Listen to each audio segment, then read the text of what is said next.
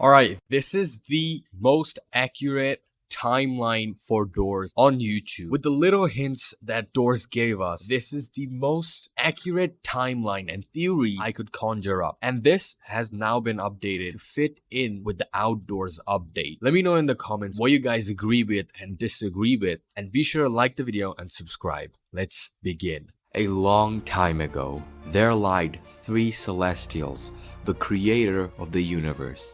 The oldest sibling being Curious Light, the youngest sibling being Guiding Light, finally the rebellious middle child, whom we don't even know the name of, but for story's sake and determined by her behaviors, we'll call her Mischievous Light. The three Celestials are in charge of the entire universe. They have power beyond imagination, the ability to give knowledge, the ability of creation, and of course, malice. The Celestials reside in a vacuum of space and taking a temporary shape, respectively. Curious Light taking the appearance of a bright yellow star, Guiding Light being a shining blue crescent moon, and Mischievous Light taking the shape of a galaxy as their preferred appearance.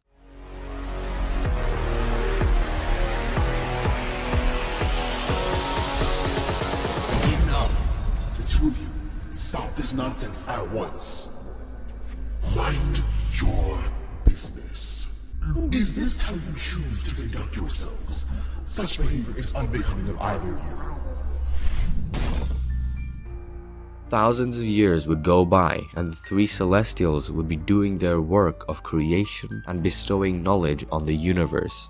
This is when the three Celestials also blessed the planet Earth. The birth of humans would take place, and they would also create life, create structural places, and they would even do evil and malicious deeds due to Mischievous Light's influence. That's not boy, true. This is creepy. You saw he hit his head on the rocks. Yeah, I swear I did not do it. I didn't do this. He tripped and hit his head. I swear. I swear. I didn't do this. But Celestial Mischievous couldn't bear this. Humans recreating and replicating the gods. She despised the humans the most. Every time they would spread knowledge or create structure and create life, she would feel mocked. Saw this as a mockery to the three deities. But she didn't take action to wipe out all humans, as humans were favored by her two other brothers, Celestial Curious and Celestial Guiding. Mischievous Light was never fond of her siblings, as they were not bothered by the actions of the humans, but rather supportive, and this angered her and grew her hatred towards the humans as well as the two siblings. So she would come up with the perfect plan to take them down, as well as put an end to the humans who replicated the gods and her brothers. This plan took thousands of years to come into fruition, so she plotted and planned her rebel.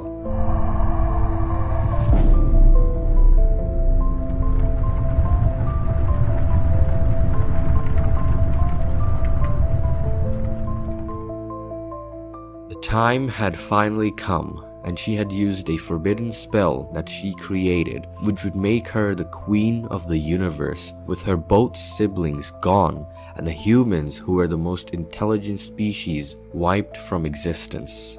At last, she made it happen. She stripped the power from both Celestial Curious and Celestial Guiding. Their once physical body with immense power and knowledge had disappeared, and they became nothing but a sparkle of dust. And you'll notice that only after you die that you get to meet their real bodies, that are the crescent moon and the star.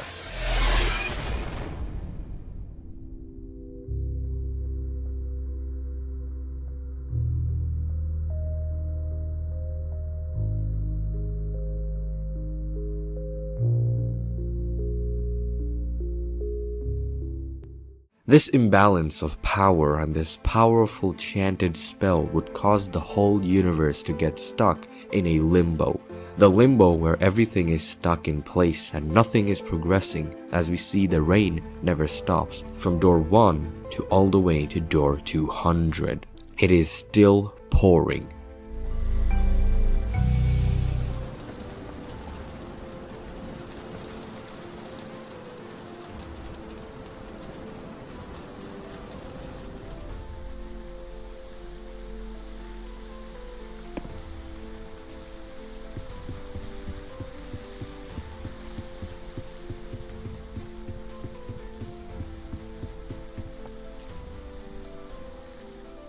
Celestials were still alive, and the limbo would not affect them as they're literally deities, so they would just float into outer space as sparkles of dust. But in a last-ditch effort, the celestial guiding would use up all his power to teleport some of the structures from Earth right to him in the middle of space. These places and the structures were blessed by guiding light and curious light for humans, like the hotel and the mines and the castle. These places were anomalies from everywhere else, and these places would have items like crucifixes and vials of starlights placed by the gods for the humans as heavenly items.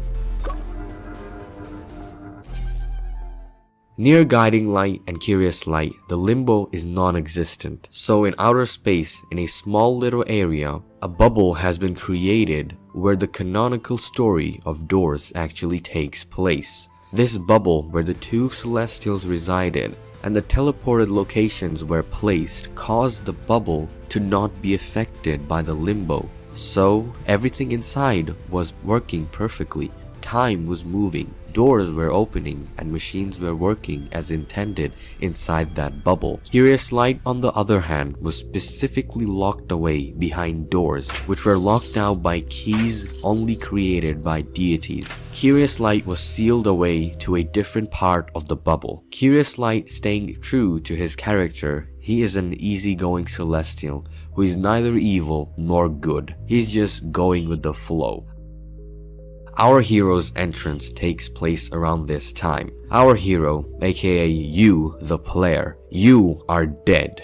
You were supposed to be dead due to an accident, and your life was on the verge of ending. It was on the tipping scale between the world of the living and the world of the dead. Your soul was a wandering one, which caused you to be teleported to the bubble of the Doors universe, since it had nowhere else to go, as everything was getting stuck in the limbo. You spawn in the hotel, and you're dumbfounded by being alive, and are surprised at everything you see and where you are. In the middle of nowhere, in outer space, this seemingly second life is a blessing. So you make your way down to the hotel elevators and you experience playing Doors for the first time. It all feels foreign to you. You learn how to open doors.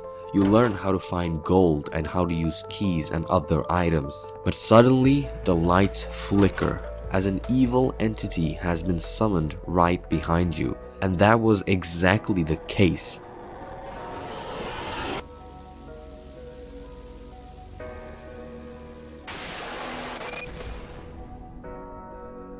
Every time you would open a door, it was like opening a portal from another reality, and you're letting in the evil being enter into this little bubble. The first time you face an entity like this is Rush, and you die to Rush. You have died twice now.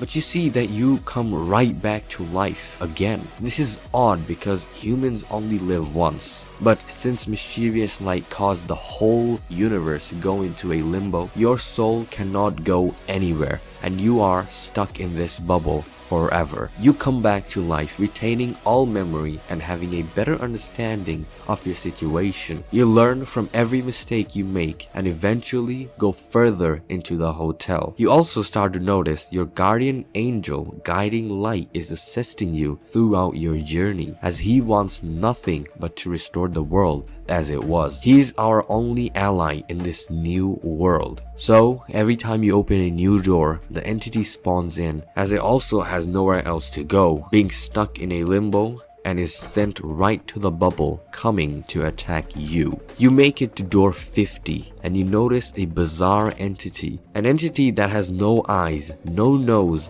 and is a total savage monster.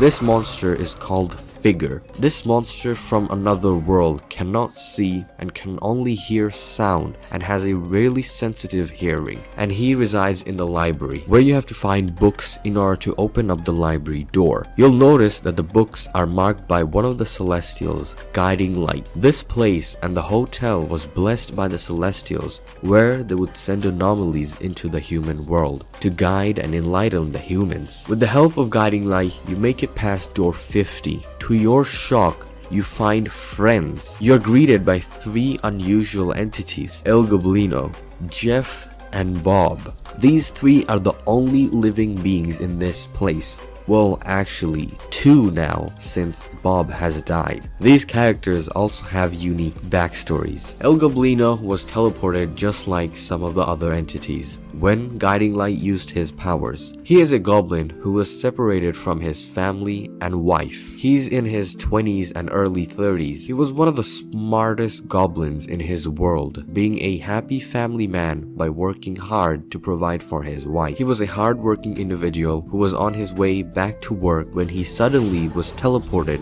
into this place called the hotel. He was shocked and surprised by what he saw, but he looks around him and he sees his new best friends. When he was teleported, there were other two beings that were also teleported alongside him, one of them being Bob and the other one was Jeff. Bob is actually the only other human in this bubble of the Doors universe. Bob was a human from the universe Bob is missing, where there is another person you can play as in a parallel universe where Bob needs to be saved, and after being saved, he is greeted with a white portal. This portal was what led him to the Doors universe, where he meets his new best friend, El Goblino and Jeff. These three made their way down the elevator as well, and they are attacked by entities, screeches, eyes, and even figures. They had a ridiculously long and hard time in the hotel, and they finally decide to make it past Figure. Figure makes them lose all their hope, and they call it a break, and they set up shop on door 52. Bob and El Goblino sit on the table and they talk about their life experiences. This is where he shares the fact that he has been here for too long, and he misses his wife. El Goblino's salvation was her, his wife. The earring that he's wearing was also given to him by his love of his life, which is the only thing that reminds him of her, and he cherishes it, wishing one day he can get out of this hellhole with weird entities behind every door. Bob, on the other hand, is aging rapidly, as both of them have different life expectancy. So Bob decays away, listening to El Goblino talk about her, and he is at peace, dying next to his new best friend, who was El Goblino. El Goblino, traumatized, still thinks that Bob is alive, and he's still talking to his best friend's corpse. Jeff is an unknown entity who rarely talks and only shares prophecies, and El Goblino and Jeff could never really understand each other. But Jeff, being a businessman, would set up shop for any passers-by. He put up advertisements to bring in customers and flip those for a profit. He sells items he finds all throughout his journey to door 52. When we first meet these two entities, we talk to El Goblino, and this is when he tells us a lot of stuff, and that Bob had seen things in door 60. Meaning they had made it further but decided to call the mission off and chill at door 52. He says that Bob had seen these sparkly things, but they were not blue like the ones that you've been seeing all this time, and it was none other than Curious Light. Curious Light was sealed away by Mischievous Light. You can buy a skeleton key from Jeff's shop that he found in the hotel, and this would free Curious Light once and for all from the imprisonment by Mischievous Light. You make it through the door into Curious Light's realm. In this realm, the crucifix and Guiding Light's powers do not work. This place is called the Rooms. This place is also haunted by evil entities, just like the place in the hotel. But you've already freed Curious Light, and now he's there to help you. When you die in Rooms, you get greeted by Curious Light rather than Guiding Light, alluding to the fact that you're in his realm now. Curious Light is really laid back, and he doesn't really help you much, and states the obvious. But it is clear that he says that he needs your help. So you decide to help him, as the transaction was mutual. You also needed Curious Light's help. He has now unlocked the pathway to the back doors of the hotel. This allows you to collect one of the items that require you to fix this entire mess. The Vial of Starlight is made by Curious Light and is placed by him in the back rooms to assist anyone on their journey. and this was the desperate time that you needed such power in your hand. So you find the vial of starlight after making it alive from the back room. And if you die in the back rooms, you'll notice that you see this speech when you die to Blitz. Curious Light says this speech, which confirms Mischievous Light is indeed a she, and she is the one naming these creatures as stated by Curious Light. You make it out of the back rooms, and Curious Light now teleports you to the main hotel room again, using his portal that he creates. But you'll notice that the portal was a one-time use, and that's because he has been stripped from all of his power. You make it far and deep into the hotel, and there's been this character that I haven't mentioned, none other than Mischievous Light and Seek. Seek, the soldier of the devil. Seek is the most evil creature in the whole Doors universe. At door 42, you encounter him.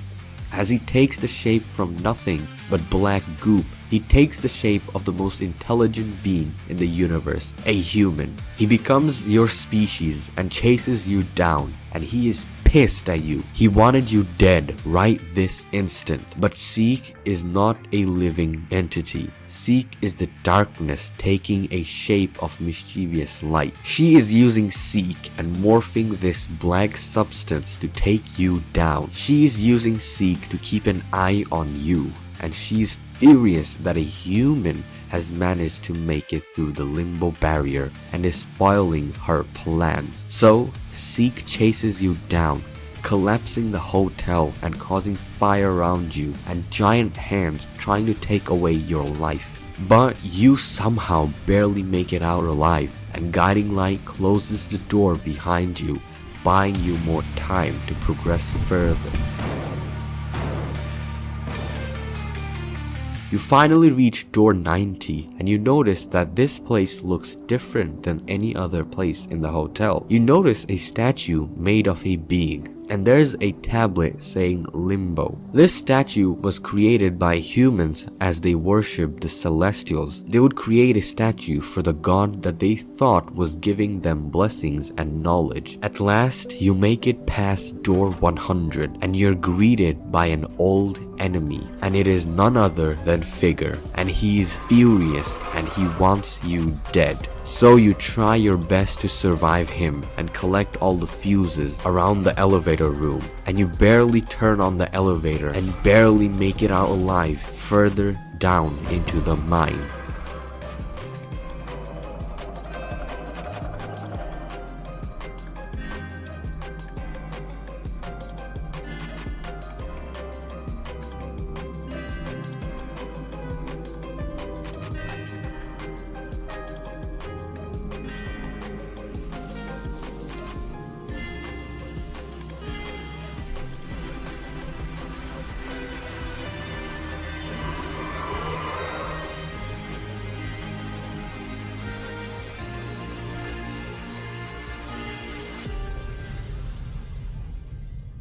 You have two items that you need in order to fight. One of them is the Vial of Starlight. The other one is a crucifix. The crucifix marked by Guiding Light can crucify any evil entity. So once you use it, it takes away the entity to the underworld where it is banished. But there are some entities that cannot be killed, and you notice that the crucifix turns red, which shows that Mischievous Light is stopping them from dying.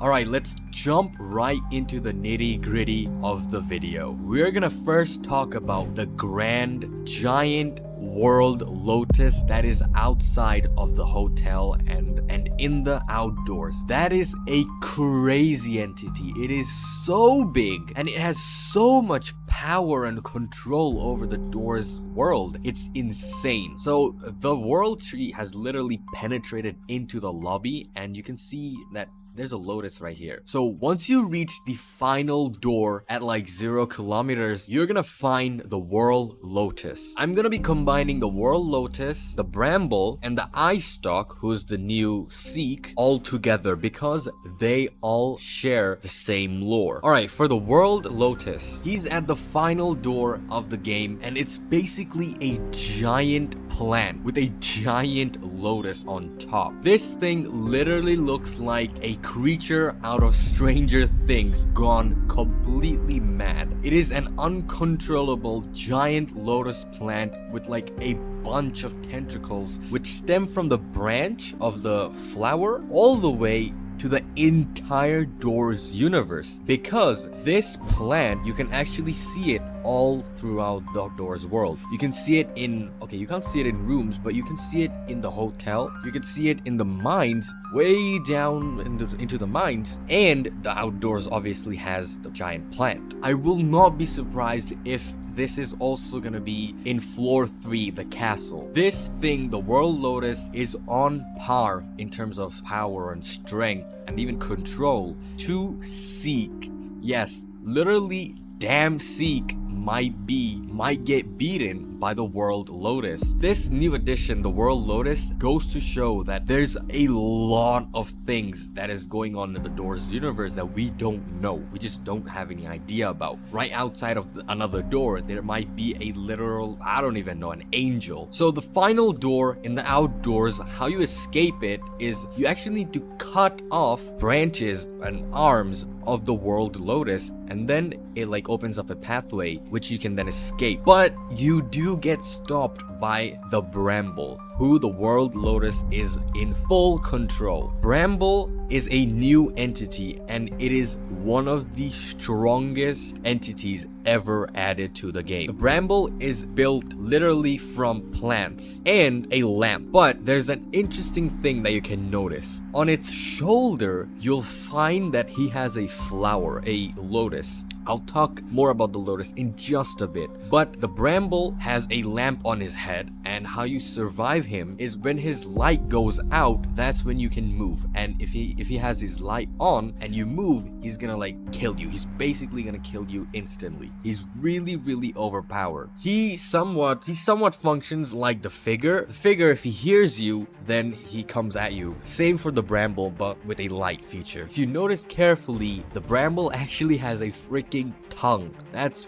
creepy. So the World Tree, just like Seek, okay, I keep mistaking the World Tree and the World Lotus. So the World Tree and the World Lotus are basically the same thing. Anyways, so just like Seek, the World Lotus also takes a small humanoid figure to fight against you. And the World Lotus gives this life from the lotus that is on the Bramble's shoulder. I believe that the lotus that is on the shoulder is actually what gives life to these creatures. So let's say if we were to cut off his lotus, he would instantly die. The Bramble would instantly die. We can see that the Bramble can literally spawn and summon out of the ground near a lamppost. So it isn't actually the plant that is alive or the lamp, it is actually the lotus, which is the heart of the Bramble. It looks like that the World Lotus and its giant form is right above the mines. It looks like the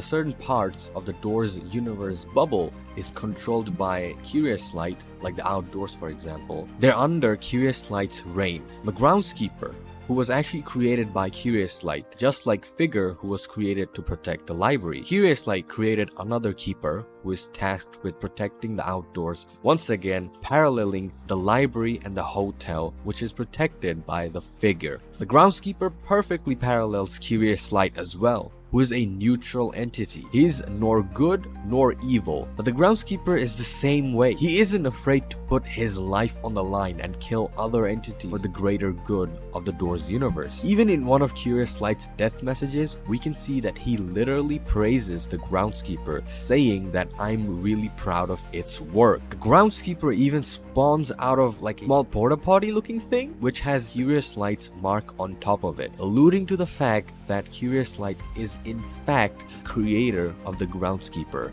Case closed. We can also see that the little chamber where you find the lotus petals also have the Curious Light symbol on top. The chamber is locked with a key protecting the lotus petals by Curious Light, waiting for someone like you to come and save the Doors universe, which Mischievous Light has ruined. From one of the Curious Light's death messages, when you die to the monument, we can see that he says the monument is such a good entity, it fooled even you. This clearly hints at the fact that Curious Light has high hopes for us and thinks of us as someone with a lot of importance. This could also hint at the fact that Curious Light was the one who created the monument, or this could also mean that it was created by Mischievous Light and Curious Light is just praising both Mischievous Light's creation and us. Almost like Curious Light was the one who created this entity to protect the source of life. By the source of life, I mean plants. If we are being honest, without plants, who literally give us oxygen, and they're the key for our survival, Curious Light created an entity which protects the plant and in turn giving life to humanity. But it seems like that something terrible has happened and the plants, aka the World Lotus, is out of control, growing massive in size and trying to take over. What further solidifies my theory is Gramps. Now, Gramps is a new entity added into the Outdoors update. He's basically the father of the groundskeeper. Now, there's a feature that not a lot of people know about. I didn't make a video about it, but there are rose petals. Oh my god, I keep saying rose petals. There are lotus petals all throughout the map. And if you take 8 of them and give it to Gramps, Gramps is gonna combine them and he's gonna make you a lotus, a full-on lotus. And what the lotus does is if you place it somewhere, it's gonna grow a plant. But the main feature is if you die, you spawn right back. Now, this is basically a feature where you can revive. The Outdoors doesn't allow you to revive with Robux, but instead the lotus now gives you another chance in life, hence proving that the lotus is what gives life to everything really. So if we collect all 8 of them, we can make our own lotus and use the lotus power against the World Lotus and come back to life. And we come back to life in literally the most angelic way I have ever seen ever. We literally sprout out of a lotus and with golden light everywhere. And if you search up what lotus actually symbolizes, we can see that it symbolizes rebirth and spiritual awakening. So this is very, very fitting. Alright, so we have established that the lotus actually gives life to everything, the eye stalk, the bramble, even us. And we can use it against the World Lotus. We can use its powers against it. But what even is the World Lotus and how is that thing alive and why is it so big? Well, I have another theory. So basically we all know that the subfloors are all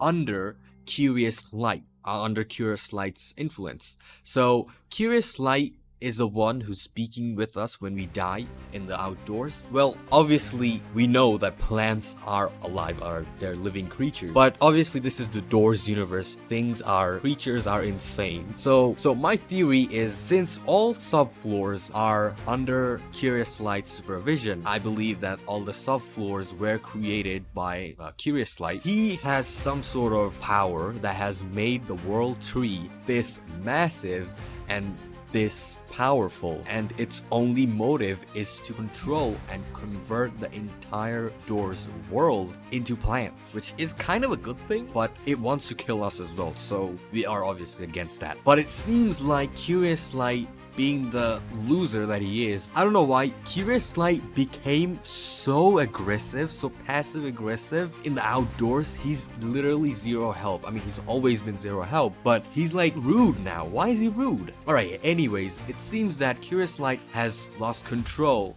over his body. Now, if you want to know what I'm talking about, then you might want to watch the Doors entire timeline video where I explain a lot of things that I think happened in the Doors universe. So basically, I think that Curious Light has obviously lost his body and he's just a bunch of dust particles, and his creations, his creatures like the World Lotus have gone mad. They have lost control, and it is up to us to help this guy's mistakes. Curious Light caused all of this problem, and now he wants us to fix it all. That's crazy, because we see him actively asking for our help. Like, he literally says that it would be helpful if you tried again, and a bunch of other things that he says, which don't really mean anything. But anyways, that is my theory onto what happened with the World Lotus, and how it's controlling the Bramble and the Eye Stalk, and what its motives are, and how we can beat it. Speaking of beating it, our man, the myth, the legend, the Groundskeeper, I love him so much. He's probably my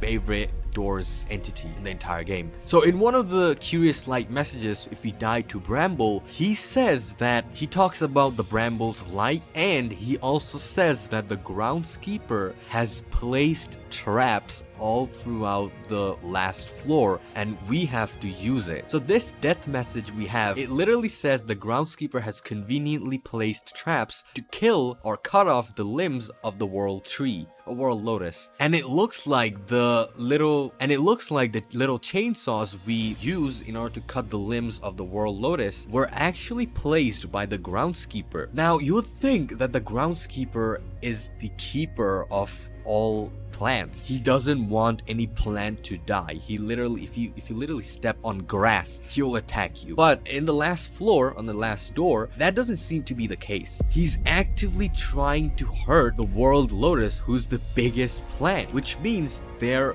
clearly opposite each other. In fact, we see the Groundskeeper literally kill Mandrake, who's a plant, and Eye Stalk, as well as fight against Bramble. But that cutscene was phenomenal. So it looks like that the Groundskeeper, yes, he's a keeper of plants, but he also seems to be against the World Lotus. And if we see the Groundskeeper's entire character, we can see that it's obviously inspired by a scarecrow who is meant to scare crows away, as well as be the protector of lands in a garden. Now, the Groundskeeper has a sight, and I don't know if you can actually take the sight. I've not figured that one out. But in the last door, when Bramble attacks the Groundskeeper, he literally drops his sight, and you can press E on it and try to pick it up, but it's too heavy. But I theorize that the Groundskeeper was actually created by none other than Curious Light as a protector for exactly what happened. Curious Light might have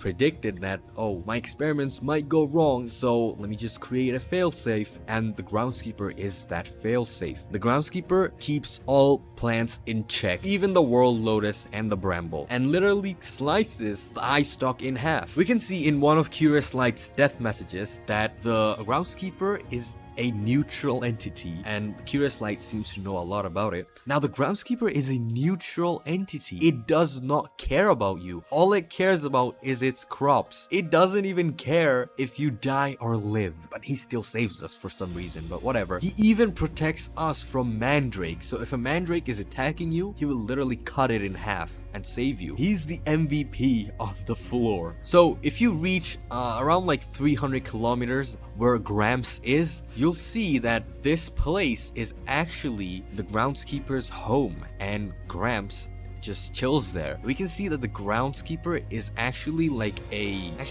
lumberjack. There's a conveyor belt for tree trunks, so that might play into his role. But yeah, the Groundskeeper, he's amazing. He has some of the best cutscenes in the entire game. He literally kicks the Bramble and survives the Bramble himself when he literally gets snuck up behind him. And it seems like the Groundskeeper has been actively trying to fight off against the World Lotus, just like we see that there are traps placed in the last floor or door. So yeah, the Groundskeeper, he's amazing. Him being a lumberjack and him cutting Eye Stalk and taking his wood with the lotus petals might hint at more things with the lotus. We can see the Groundskeeper in the trailer putting up signs all throughout the outdoors not to step on the plant, which we see in the outdoors room. And his father, Gramps, or Grampy, literally tells us that the lotus has a lot of power, and he crafts us an entire lotus flower. Alright, the next entity we have is Surge. Now, Surge is actually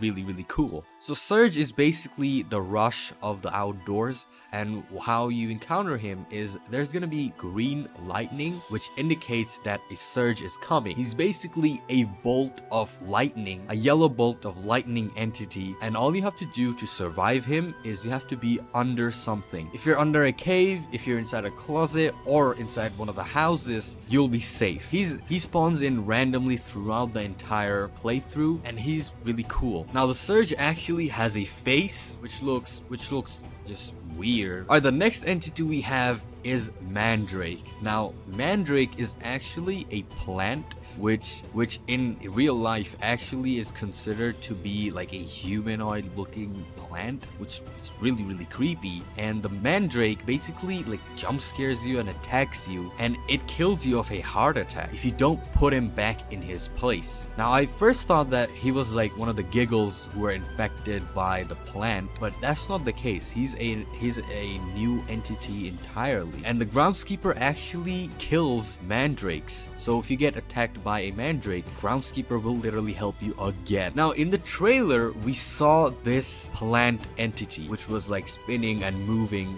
and it was kind of black. And the Groundskeeper actually kills it, but in the actual outdoors game, we have not encountered this plant. So once again, the Groundskeeper kills off the evil plants and takes care of the good plants. Alright, the next entity we have is the most annoying entity in the entire game, and it is the Monument. The Monument literally follows you all throughout the game, and you have to basically look at him so that he's not moving. He's basically the Screech version of the outdoors, but like way more annoying. He has these 4 tentacles that look disgusting, and if you move away, if you move your camera away, he will literally sneak up at you and kill you. The Monument is inspired from the Weeping Angel from Doctor Who, apparently, and it's a statue which moves like a spider. It looks disgusting, and it has to be one of the most annoying entities in the entire game. You barely hear it, and you have to keep on looking backwards at that creepy thing. I think they really need to nerf the Monument. And obviously the entire outdoors is filled to the brim with snares. Snares are not new, they're just annoying plants. That's it. Alright, I just wanted to talk about Curious Light in this section of the video. Curious Light seems to not be very helpful. I mean, he always wasn't, but this time around he just seems very rude and just really annoying. From what I've theorized, Curious Light was the one who caused all these problems to begin with, and he expects us to fix his mistakes while he's being a asshole. Compare him to the Groundskeeper,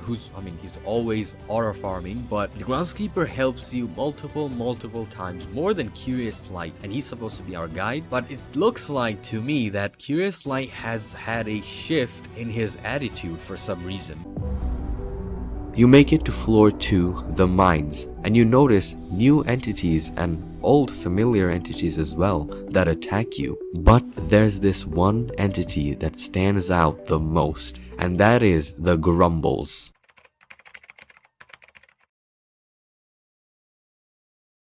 A long time ago, a species known as the Grumbles would live together in harmony, just like any other animal species. The Grumbles are like an ant's colony. They have the Queen Grumble, who is the centerpiece of the entire civilization. Then they have the Worker Grumbles, who feed the queen and work around the entire colony for food and shelter. And then there are the Giggles, who are the baby versions of the Grumbles, who eventually grow up to be Grumbles. The Grumbles live underground in remote places. They dig around the ground and make their home. The place we know as the mines is or was their home until it was raided and invaded by humans. This is the story of the Queen Grumble and how she was the last hope for the Grumble's existence, but it has now come to an end. One day, a miracle would occur as well as a tragedy at the same time. The birth of a certain Giggle would take place. The Giggle would come into the world, but at the cost of its mother passing away. The Queen Grumble, being the centerpiece of the entire civilization, now being out of the picture, would cause everything to go into shambles. But the Giggle was born special. The Giggle was born with 2 extra tentacles right out the gate. Instead of the regular Giggles who are only born with 4 tentacles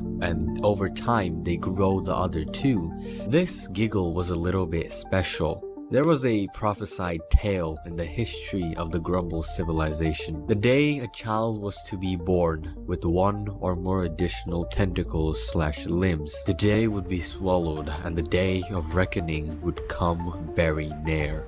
But it is they that will bring hope on the day of reckoning itself. She was the prize of the Grumble's colony. She would live like royalty, as one day she would have to carry the weight of its entire species on its back, which the tale has stated the honored one would have to follow. What differentiated this Giggle from the rest of the Giggles were that she was stronger, she was faster, and she was special with extra limbs at her disposal. Finding food and daily survival was not even a challenge for her. The Grumbles would feed on fossils under the ground, fungi, and other food that they might find in their burrows. But as the prophecy would say, the day of reckoning was right around the corner after the birth of the Queen Grumble, which was a warning to the whole civilization, and one day a tragedy would hit.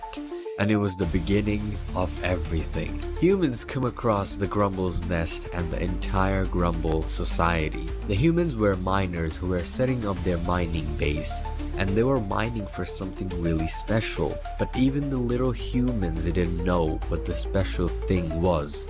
And the little humans' greed would lead to the downfall of the entire Grumble species. The precious thing that the humans were looking for was still a mystery, which even the humans didn't know what it was, but it was supposed to be very valuable, as if it was a treasure. The humans would invade the Grumble's nest and take over its entire habitat. The Grumbles had just recently lost their queen, and upon losing the queen of the colony, the entire species would collapse. The Grumbles would lose their battle against the humans after a lot of desperate fighting. It had become a war against humanity and its advanced weaponry and TNT, which was blowing up their entire habitat. The TNT would break apart their humble burrow as well as expose gold for the humans, which was a win-win situation for them.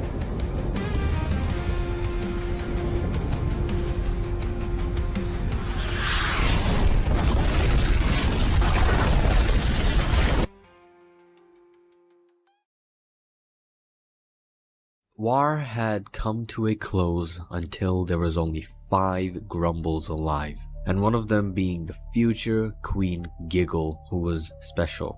She alone was able to take out 10 humans and take on multiple bullets, and she was totally fine. But one of those nukes would imprint a scar on her forehead, which would never heal. It was a reminder of what had happened on this day, as well as it being a battle scars to differentiate her from all her peers. The Grumbles were once the most powerful species, but the humans had caught them at their weakest, which was unlucky for the Grumbles. The Grumbles would eventually flee into hiding, a safe space, abandoning their old home and their hard work. The humans would find the Grumble's nest and eventually transform that entire place into their own mining operation, placing minecarts and railway tracks and turning that into a gold mine, placing radars in their own base, as well as they made a giant bridge on the place the Grumbles once called home.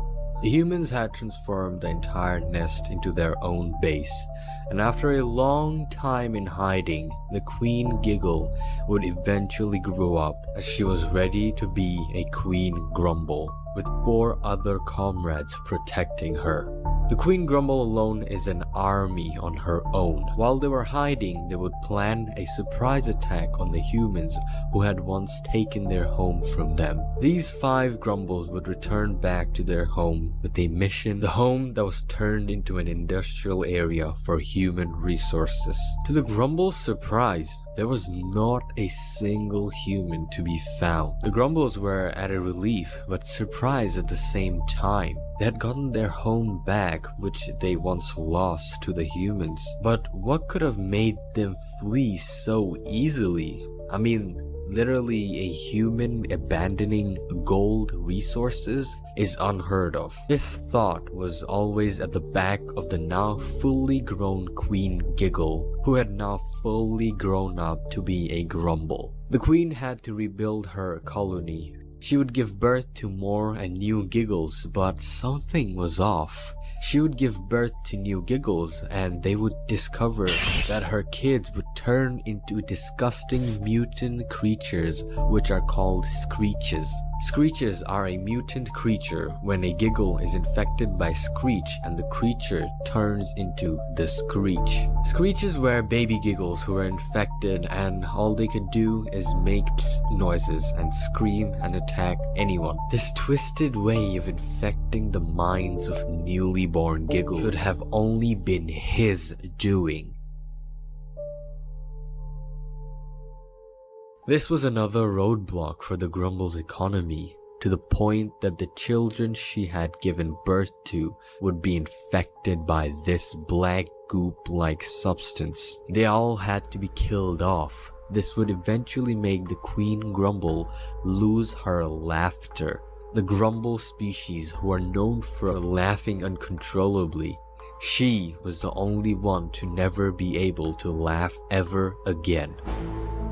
And rightfully so. Having to kill your own children would make anyone lose their laughter. The Grumbles would never know who the black infestation belonged to. They would never come to know that it was Seek who had killed all the humans who had once taken their previous home. The Grumbles had become an endangered species. There were some Giggles who were able to survive, but it wasn't enough to sustain their colony. Seek had somewhat helped the Grumbles by killing all the humans, but at what cost? He would get rid of the miners and the invaders and return their home, but at the cost of their species being endangered. Seek helping the Grumbles backhandedly shows how sick and twisted he or she really is. Seek, the most evil and the most twisted character in the whole of Doors. He wants nothing but malice, almost as if he's the embodiment of mischievous deeds. Seek is the evil doer of all. He's controlled by a mischievous light, one of the Celestials in Doors, as the 3 Celestials would control the entire world of Doors. And mischievous light is who controls all evil in the Doors universe. She's also the one who controls Seek as her personal puppet and her direct interaction with the world. Queen and the rest of the Grumbles were fighting a losing battle, and one day you show up to the mines after going through the entire hotel section and then eventually reaching level 150, the Grumble's nest. The Queen Grumble hits PTSD of losing all of her fellow comrades and friends and family because of you people. After she first sees you, it's almost like it's instinct to kill any human she sees on sight. The Queen, enraged and eager to take the revenge of her fallen family, she rushes at you with the intent of killing you for good. She'll kill you on sight from all that has happened in her past. You make it around the nest and try your best to survive. Imagine if 5 Grumbles were giving you such a hard time around the nest. Imagine a whole colony full of them. It would be impossible to escape from them, and even Seek knows this, so he struck the Grumbles down when they were at the most weak state and infected their entire race because of how powerful and how much potential the Grumbles really had. especially the Queen Grumble. You finally make it out of the hellhole that is door 150 and eventually make it out to the entire mines. But the enraged Queen Grumble wants her revenge for all that humanity has done to her. She comes crawling from the ground up, chasing you from the entire mine. She thinks that she will finally take her revenge and finally have something in her life by avenging her fallen comrades and at least get her laughter back. But it was Seek who would get the last laugh. Seek would come out of the ground and kill the Queen Grumble, the last hope for the Grumble species. And even then, she is no more. Seek infects the Queen Grumble and makes her the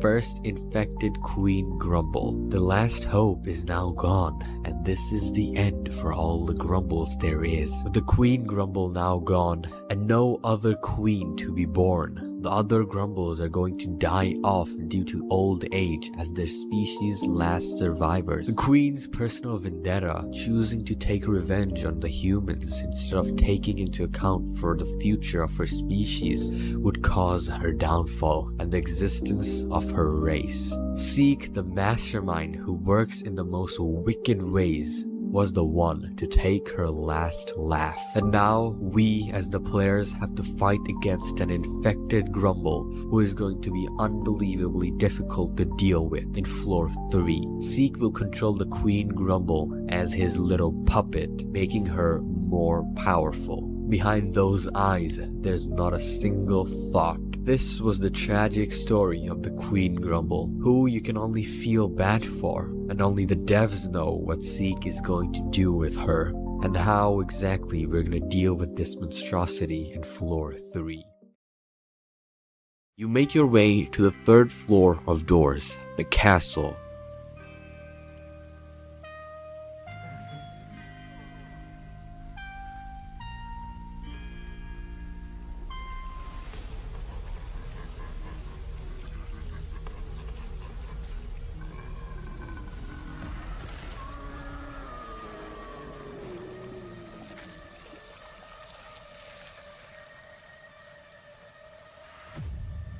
And from there, the story continues.